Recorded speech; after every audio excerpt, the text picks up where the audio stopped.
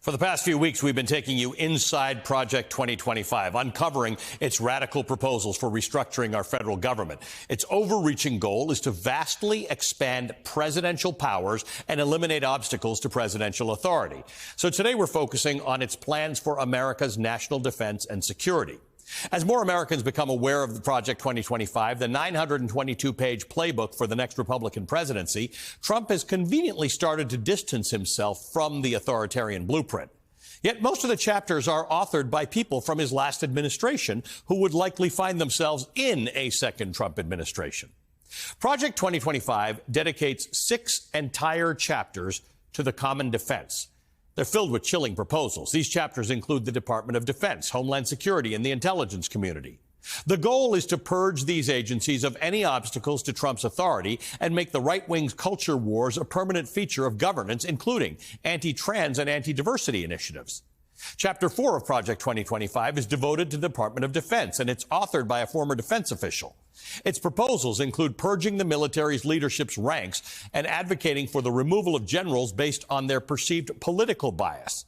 Proposals also include eliminating what it terms, quote, divisive critical race theory programs and DEI initiatives. Project 2025 would also expel trans individuals from military service and, quote, rescind policies contrary to conservative governance principles. To address low military recruitment, which it blames without citing any evidence on woke policies, Project 2025 would force public school students to take a military aptitude test known as the Armed Services Vocational Aptitude Battery, a test to determine military suitability. In fact, declining recruitment goes back 10 years, and studies have attributed low recruitment to concerns over injuries, among other factors, none of which have to do with wokeness.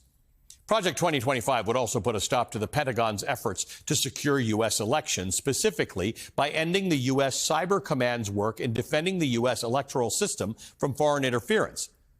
Makes you wonder why they're getting rid of a crucial safeguard against election meddling. Chapter 5 targets the Department of Homeland Security. It's authored by Ken Cuccinelli, who served as Trump's acting Homeland Security Secretary. Cuccinelli has been accused of using politics of cruelty toward the LGBT community and migrants. He fought against same-sex marriages during his tenure as Virginia's Attorney General. More recently, in 2022, he urged border states to declare an invasion of their borders and to deploy the National Guard against migrants, a stance that Trump has echoed as recently as April. Cuccinelli's taken his politics of cruelty and he's turned them into policy proposals for Project 2025, including eliminating the Department of Homeland Security entirely, which he slams as focusing on domestic terrorists. Instead, he calls for devoting resources to the border, advocating for a new, quote, standalone border and immigration agency at the cabinet level, one that would heavily militarize the border and prioritize building the wall. Project 2025 also calls for the National Security Council to conduct a rigorous review of all promotions of military generals to root out what it terms social engineering and non-defense matters. Social engineering is defined here as a broad spectrum of things that the right wing is allergic to, including climate change, critical race theory, and DEI training. While presidents have the authority to remove generals, the grounds have traditionally been based on poor performance. Doing so as a political act would tarnish the perception of the military as being apolitical. Critics warn that purging the military ranks for partisan reasons could erode crucial safeguards against dangerous orders, potentially undermining the Uniform Code of Military Justice, which states that soldiers are not obligated to follow unlawful orders. Former Secretary of the U.S. Navy Ray Mabus notes that 2 bedrocks of the U.S. military are the principle of civilian control and the rule of law. Quote, civilian control is enshrined in our Constitution and has guided us through centuries of conflict. The military does not operate outside our democratic system, but instead answers to our elected representatives and appointed civilian leaders. He then describes a troubling scenario if the military is politicized. Imagine a situation where a large group of activists gather outside the White House. Quote, as their numbers begin to swell, as their voices grow louder, the president issues an order to military commanders, take them out. Our military leadership would then be faced with an impossible choice.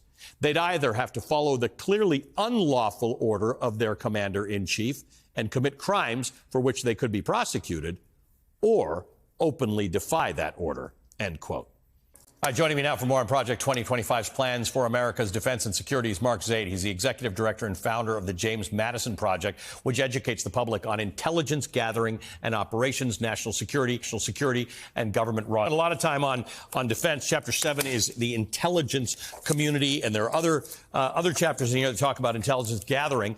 I just spoke at length about some of the implications for that. What concerns you on the intelligence side and in terms of the CIA in Project 2025? Well, thanks, Ali. Good morning. So there's a lot of things. Look, historically, the Heritage Foundation has been involved in obviously many presidential administrations and giving advice from a conservative standpoint, just as there are liberal organizations that do the same on the opposite. This one, though, is different with Project 2025 because it has a cult-like attitude throughout the document, and it differs from chapter to chapter, but the intelligence national security chapter is rife with problems. Now, there are some very ordinary and in many ways agreeable concerns or identified areas for discussion. Declassification.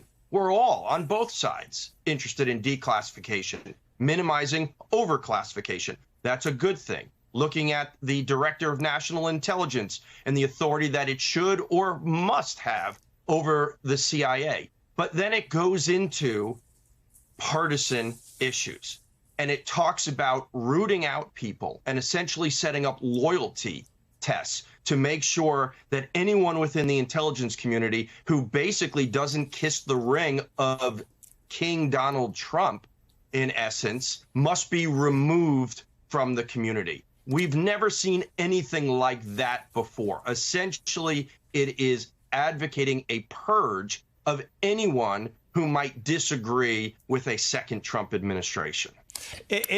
Part of this vision is reflected not just in its policy proposals, but in something we like to point out here is some of the people involved. One such person, it's a name we haven't talked about for a long time, but it came up again this week, John Yoo. He's a former Justice Department lawyer under the Bush administration. He authored the infamous torture memos, which justified the use of torture in the war on terror. And actually, those torture policies have contributed to the news we've just had this week about Guantanamo's continued existence and the delayed prosecution for Guantanamo detainees. John Yoo is now a senior fellow at the Claremont Institute. That's one of Project 2025's key backers. And he recently wrote a chilling op-ed in the National Review calling for revenge prosecutions against Democrats. One Trump attorney gleefully called that the vengeance memo. Talk to me about the dangers of this. Right. So when John Yoo's memo on torture or enhanced interrogation came out back in the first Bush administration, I was working mostly in the international human rights community, dealing with war crimes and terrorism. And we could look at the memo and say, all right, this is a lawyer advocating a position. I don't have to agree with it, but I could understand at least some of the legal arguments. This is different. This is not a legal policy advocation that John Yoo has come up.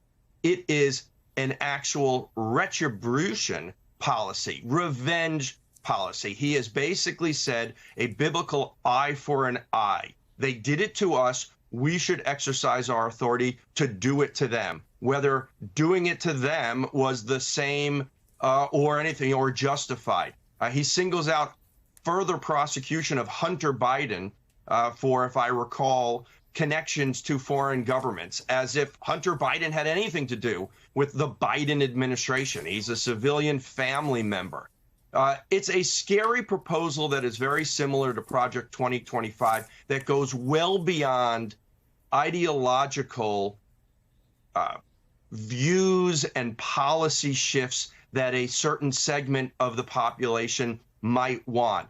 It is revengeful, it is spiteful, it is hateful, and it is authoritarian, much in the way you were talking about with Venezuela. Right, and I think it's really interesting that you point out that there are Donald Trump has helped us understand loyalty versus expertise, right? I didn't think loyalty was a bad thing until I came across how Donald Trump uses it in government. We don't want in our intelligence community and our defense community for loyalty to take precedence over expertise and professionalism. Thank you, Mark. As always, great to talk to you. Mark Zaid is the executive director and founder of the James Madison Project and the co-founder of Whistleblower Aid.